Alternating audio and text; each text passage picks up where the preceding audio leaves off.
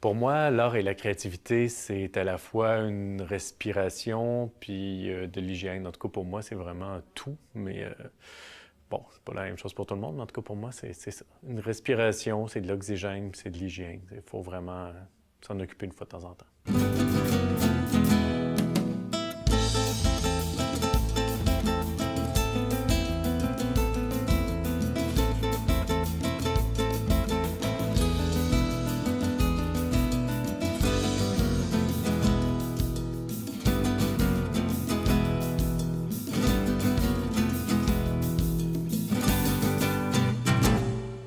Cher public, je vous souhaite la bienvenue à une autre émission de l'art et la créativité. Je suis très contente de recevoir aujourd'hui notre cher artiste Jimmy Beaulieu. Bonjour Jimmy. Bonjour. Ça va bien? Très bien, vous? Oui, ça va. Chouette. Merci d'avoir accepté notre invitation. Ah ben, ça fait plaisir. Tout le plaisir est pour moi. Merci de m'avoir invité. Et puis, qu'est-ce que vous avez apporté, Jimmy, comme objet fétiche? J'ai apporté, ce qu'on voit là, c'est un kit d'aquarelle que j'ai acheté en 2008 à Saint-Malo pendant une résidence avec mon ami Pascal Girard. OK. Voulez-vous que j'en parle maintenant? Oui, s'il vous plaît. Ben, écoutez, c'est quoi? Il y a une histoire derrière Ben, il y a une cette petite kit. histoire, oui. Ben, c'est que c'est pendant la résidence, premièrement, je me suis rendu compte que j'étais colocataire avec Pascal Girard. Je me suis rendu compte que j'étais moins misanthrope que je le pensais parce que j'étais vraiment... on avait une bonne camaraderie à deux, puis OK. on a habité ensemble pendant à peu près un mois, puis ça s'est très bien passé. Puis ça, c'est d'une part. Puis d'autre part, je sais pas, c'est le kit d'aquarelle. À chaque fois que j'ai travaillé avec lui, ça a donné du stock où j'avais aucune douleur. Tu sais, des fois, quand on travaille, on a souvent des Oui, oui, douleurs, mais ça se passe Ça allait toujours toute très seule, bien, tout oui. va bien, tout sort bien. Puis c'est pendant ce voyage-là aussi que j'ai décidé d'arrêter de faire des métiers, disons, pour gagner ma vie et de tout miser sur la bande dessinée. Donc, pendant que je travaillais avec ce kit-là, donc il y a quand même plusieurs histoires C'est liées très à ça. symbolique. Ouais. Cette, J'ai découvert dedans, il y a un petit pinceau qui vient dans le kit d'aquarelle comme ça. D'habitude, c'est de la cochonnerie, ces pinceaux-là, mais là, c'est un bon petit pinceau en poil oui? d'écureuil. Oh, en Donc, plus. c'est assez lié avec Montréal aussi, les écureuils, tout ça. C'est Donc, vrai. Donc, partout, il y a des symboles dans cette kit. Oui, c'est ça. Il y a quand même plusieurs histoires qu'on pourrait raconter par rapport à ce kit-là. Donc, j'y suis assez attaché. Bon, il est remplaçable, là. Je pourrais me trouver un autre kit sonnelier, mais... Mais je derrière trouve- ça, tout ce que ça représente, je comprends, Ouais, Jimmy. ouais, ouais. Oui, il faut dire, Jimmy, je ne sais pas comment dire, vous êtes un artiste multidisciplinaire, vous avez beaucoup de chapeaux, vous avez fait plein d'affaires, mais est-ce qu'on peut vous classer plus comme un expert dans la bande dessinée quand même, n'est-ce pas? Et puis un éditeur qui a partie des maisons d'édition aussi. Oui, oui. Ben oui, j'ai fait ça pendant les années 2000 surtout. J'ai fait de l'édition, mais je donne des formations pour la bande dessinée aussi. Mais maintenant, je suis surtout auteur, là. Maintenant, j'ai un peu oui. abandonné tout sauf la formation. J'aime encore beaucoup m'impliquer dans la formation de jeunes auteurs, mais je suis surtout auteur de bande dessinée. Puis il y a pas, je suis pas plus intéressé par le dessin ou par l'écriture ou par tu sais, les C'est ça composantes que j'allais vous séparées. Là. demander Je suis aussi. un peu, Ça va ensemble? ça va ensemble. Je suis un peu comme un couteau suisse. Là. Je suis un peu, j'ai toutes ces fonctions-là s'alternent et se complètent. Et, J'aime bien ça, on a des surprises partout, les couteaux suisses, il y a tout là. ouais.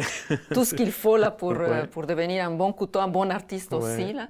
Et donc, comme ça fait longtemps que vous avez commencé dans la bande, surtout la bande dessinée, Ça comme m'a auteur aussi. Ça m'a toujours un peu... ben, j'ai toujours su que j'allais faire de la bande dessinée, mais j'ai commencé vraiment à en faire sérieusement en 99-2000, où j'ai sorti mes premières histoires puis mon premier livre à cette époque-là, toute fin des années 90. OK. Et comment c'était l'enclenchement que, oui, je vais faire ça par les petites kitties? Est-ce qu'il y a eu d'autres quand vous étiez plus jeune, petit, ou je ne sais pas? Ben, Je pense que vous avez commencé à marcher, à dessiner avant de marcher, non? Je sais pas, ben, sûrement oui, un peu comme tous les enfants, mais il n'y avait pas de livre à la maison quand j'étais petit, ou très peu. Ça faisait pas du tout partie de la culture, la bande dessinée encore moins. Je me souviens d'avoir été fasciné, par exemple, par le chemin de croix qu'il y avait à l'église. Je regardais toutes les peintures, puis je me baignais quand même beaucoup dans les images parce que les sermons du curé, je comprenais rien, je trouvais ça plate, mais les Juste peintures étaient très belles. Uh-huh. Puis après, quand j'ai vu des bouquins de bande dessinée, c'était comme des peintures qu'on pouvait ouvrir puis dans lesquelles on pouvait aller se balader. Tu sais, vraiment, là, tu sais, on pouvait le feuilleter, puis il y en avait par là, par là, par là. Puis on pouvait vraiment se plonger mentalement, en tout cas, dans l'image, dans le monde de l'image. Donc, belle découverte. Oui, c'est ça, ça m'a vraiment fasciné. Puis ça fascinait pas les gens autour de moi, puis je comprenais pas pourquoi. Je disais, mais non, mais ça, c'est vraiment quelque chose de spécial, là. Puis les gens autour, ils s'en foutaient. Donc, mes parents ont commencé à m'acheter des bouquins. Eux, ils n'ont pas du tout jugé. Ou ils me disaient souvent d'aller jouer dehors quand même, puis de voir des amis, puis tout ça. Mais c'était de la concurrence déloyale, ces bouquins-là, les aventures d'Astérix, Tintin, Superman, tout ça. Ça, c'était une le premier. fascination. Okay. Donc, c'est resté jusqu'à aujourd'hui. Après ça, j'ai été libraire. J'ai fait de la musique longtemps aussi. Oui, c'est ça. Vous avez fait 10 ans de musique, je pense. Oui, j'ai fait de la musique. Mais quel genre de musique? C'était de la musique électronique, donc plus ou moins expérimentale, souvent pour à la fois qui se dansaient pour des raves, puis à la fois des trucs plus étranges pour des trames sonores de pièces de théâtre, d'expositions. Donc, c'est ça.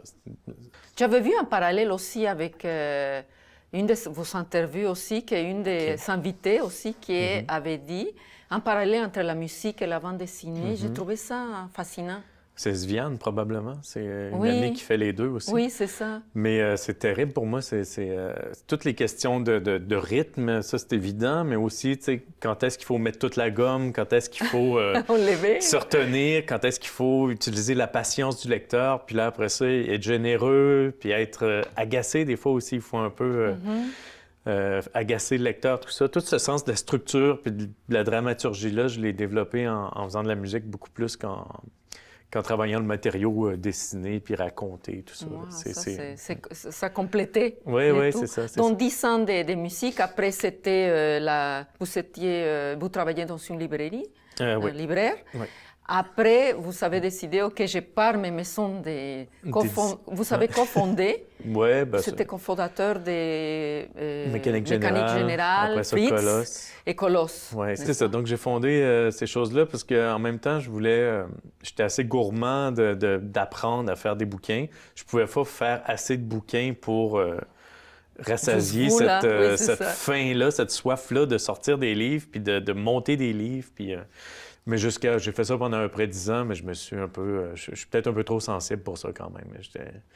Je le faisais plutôt bien, mais en même temps, il y a des trucs qui m'atteignaient beaucoup. Je suis un peu trop... je pense que les éditeurs qui sont le plus à leur place, sont quand même capables d'être en distance avec leurs émotions un peu plus que moi. Et vous évoquez beaucoup vous touchez à quelques sujets aussi, thèmes. C'est l'amour, les désirs. Ouais. J'avais lu que vous aimez beaucoup dessiner les femmes aussi. Parlez-nous un peu de ça, vos thèmes préférés. Oui. Je sais pas. C'est quand j'étais ado, je lisais beaucoup de bandes dessinées, justement, qui étaient de la science-fiction, des heroic fantasy. C'était toujours des super-héros, puis tout ça. Puis, à quelque part, ma vie à côté de ça était médiocre. Puis, à un certain moment, j'ai découvert les films de Woody Allen, de Bergman, de Godard, de Truffaut. Gros! Ça passait dans ce temps-là à Télé-Québec, la nuit, tu sais. Puis, Radio-Canada, Télé-Québec, ça passait comme ça s'en venait vers nous naturellement, tu sais. Puis, j'ai vu Pierrot le Fou, je devais avoir 15 ans. Puis là, je me suis mis à lire du Boris Vian. Puis, ça m'a tellement fait du bien de voir que mes histoires avec mes copines, mes histoires avec mes amis, mes histoires avec ma famille, c'était digne de fiction. C'était digne d'être raconté, c'était digne d'être mis en forme. Puis ça m'a fait voir ma vie d'une manière un peu passionnante. J'ai arrêté d'être frustré, de ne pas être... Je ne suis pas Superman. Non, c'est ça. J'ai arrêté d'être en train de sauver le monde tous les mois ou tous les 2 mois, comme dans les super-héros. Je me suis dit, ma vie telle qu'elle a de la valeur. Puis ça, c'est quelque chose qui m'a vraiment marqué, puis que j'essaie comme de poursuivre ça dans ce que je fais. J'essaie de je veux que les gens, peut-être en tout cas, Ça si, reconnaît si aussi. j'ai un message à livrer ou quoi que ce soit, ce serait que le, le lecteur, la lectrice apprécie un peu le moment qu'ils sont en train de vivre. Là. On va tous mourir. Donc, Oui, tout à fait. avant ça, ce serait bien d'apprécier un peu ce qu'on vit. C'est un truc assez de base. Après ça, on peut décliner ça de manière plus complexe. Mais ça, cette espèce de sens d'aimer son existence, aimer sa vie, c'est quelque chose qui... Ça, j'aime ça. Et c'est ouais, d'où votre succès, je pense, parce que les mots se reconnaissent ouais, en vous, les personnes se reconnaissent en vous, là. ouais. Ben, oui, j'imagine, j'espère, en tout cas, qu'il y a cette espèce de communication-là. C'est aussi, c'est ça. C'est aussi, je suis un introverti, donc c'est pas nécessairement naturel pour moi justement d'échanger puis de communiquer, mais si je reste à ma table à dessin puis je communique à moitié avec des dessins, à moitié avec du texte, puis à moitié avec du rythme, puis trois moitiés. Puis, c'est ça. Puis qu'après ça, les gens ressentent aussi, c'est beaucoup du ressenti. Quand tu passes Tout à de fait. l'un à Oui, l'autre, oui, oui. c'est ça. Là, je pense que effectivement, il y a du monde qui est sensible à ça. Mais qu'est-ce que vous aimeriez comme partager aussi dans le sens avec d'autres cultures? Parce que je sais que vous allez souvent en France, Oui, oui, oui. à Lyon, n'est-ce pas? On vous C'est invite vrai. souvent à Lyon. Ouais, Donc, c'est ces vrai. échanges-là, qu'est-ce que ça vous apporte à vous comme artiste et puis à eux aussi, parce qu'eux aussi, ils gagnent à vous connaître aussi, à connaître la culture d'ici. Ouais. Comment vous voyez ça, là? Ben, c'est assez énorme. Puis, mais en fait, pour ce qui est de faire connaître la culture québécoise, ça, je pense que c'est effectivement assez important dans ce que je fais sans que je me rende Oui, tout à bien fait. compte. Mais en fait, tu sais, quand on entend justement des Français qui ont des préjugés sur le Québec et qui nous voient comme on est gentil, on est dans nos tipis, on est dans nos troncs d'arbres. Puis il y a des gens qui se fâchent contre ça puis qui disent que bon, ben les Français sont contents d'être pas informés. Sauf que moi, là, c'est pas du tout. C'est pas du tout cette réaction que j'ai. C'est bon, ben écoute, on va parler de c'est quoi le Québec d'aujourd'hui, on va parler de c'est quoi le Québec moderne. Donc, on va à la fois parler des spécificités, puis des trucs universels, puis donc il y a un peu de ça, il y a un peu de prendre la responsabilité de faire connaître, faire connaître ce qu'on est vraiment un peu plus, en tout cas selon Perception. c'est ça, de ma lorgnette à moi. Puis il y a énormément de curiosité aussi, tu sais, d'aller souvent, la bande dessinée, ça nous paye pas, mais ça nous fait voyager. Donc c'est ce qui est très bien. Et on vous aime là-bas aussi parce qu'on vous invite souvent là, à Lyon, surtout il y a Oui. Puis à Angoulême, à Lyon, je suis allé un peu en Belgique, je suis allé en Russie, je suis allé à l'île de la Réunion. Donc j'ai quand même pas mal voyagé jusqu'à maintenant, puis je me trouve très, très chanceux, privilégié d'être souvent invité comme ça.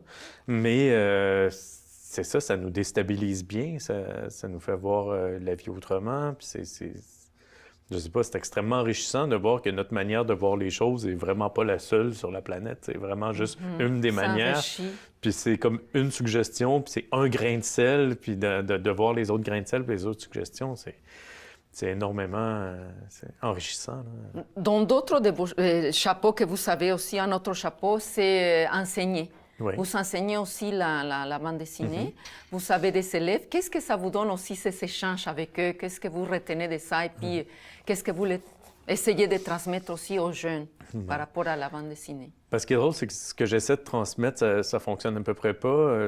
J'aimerais bien qu'ils soient un peu plus professionnels que moi. J'aimerais qu'ils soient meilleurs que moi. J'aimerais qu'ils demandent de l'argent pour leur travail, puis qu'ils soient un peu plus agressifs puis commerciaux que moi. Mais ils font pas ce que je dis, ils font ce que je fais. Donc, et eux, ils se lancent. Enfin, ceux qui continuent, il y en a plusieurs qui... Il y en a plusieurs qui arrêtent, c'est un peu normal, mais ceux qui continuent et ils font un peu comme je le fais, c'est-à-dire avec dévouement, c'est vraiment de la vocation. Ils veulent faire des bons livres, puis qu'importe si c'est reconnu, qu'importe si ça trouve son public, qu'importe si ça fait de l'argent, qu'importe s'il y a du prestige ou pas, ils veulent faire des bons livres, ils veulent faire exister de la beauté, tu sais. Puis ça, c'est... Ça, on peut dire aussi la bande dessinée alternative, ou qu'est-ce que vous pouvez dire sur la bande dessinée alternative? Oui, c'est vrai que... C'est vrai que... Justement, en voyageant, je me suis ramassé, par exemple, dans un festival en Russie où il y avait tous les pays qui n'étaient pas la France, les États-Unis, le Japon ou la Belgique. En tout cas, les 4 pays où la bande dessinée est un peu plus populaire. Forte, oui. Partout ailleurs, que ce soit au Brésil ou en Corée ou en Afrique du Sud ou en Scandinavie, il y a toujours une petite scène alternative qui est plus populaire que la bande dessinée qui aimerait être commerciale. Je trouve ça assez intéressant de voir que peut-être que la bande dessinée commerciale fait plus de ventes, mais au niveau des médias, au niveau de l'espèce de conscience sociale, je dirais, là, la bande dessinée alternative, c'est pas mal fait une place un peu partout. Ce qui est assez intéressant parce qu'après ça, il y a énormément d'échanges interpays qui se font, des projets collectifs qui suivent un peu les rencontres qu'on fait dans ces festivals-là, qui soudent un petit peu cette espèce de communauté parallèle de la bande dessinée alternative. Puis donc, c'est un petit peu... C'est un petit peu artificiel de parler de bande dessinée alternative versus commerciale parce que si on prend le travail de Sviane ou Pascal Girard, des auteurs que j'aime beaucoup, Oui, ou moi ou Michel Rabagliati, on est classé traditionnellement dans la bande dessinée alternative, mais c'est assez bizarre parce qu'on parle d'histoire de famille, on parle d'histoire de nos tantes, de nos grands-mères, tout ça.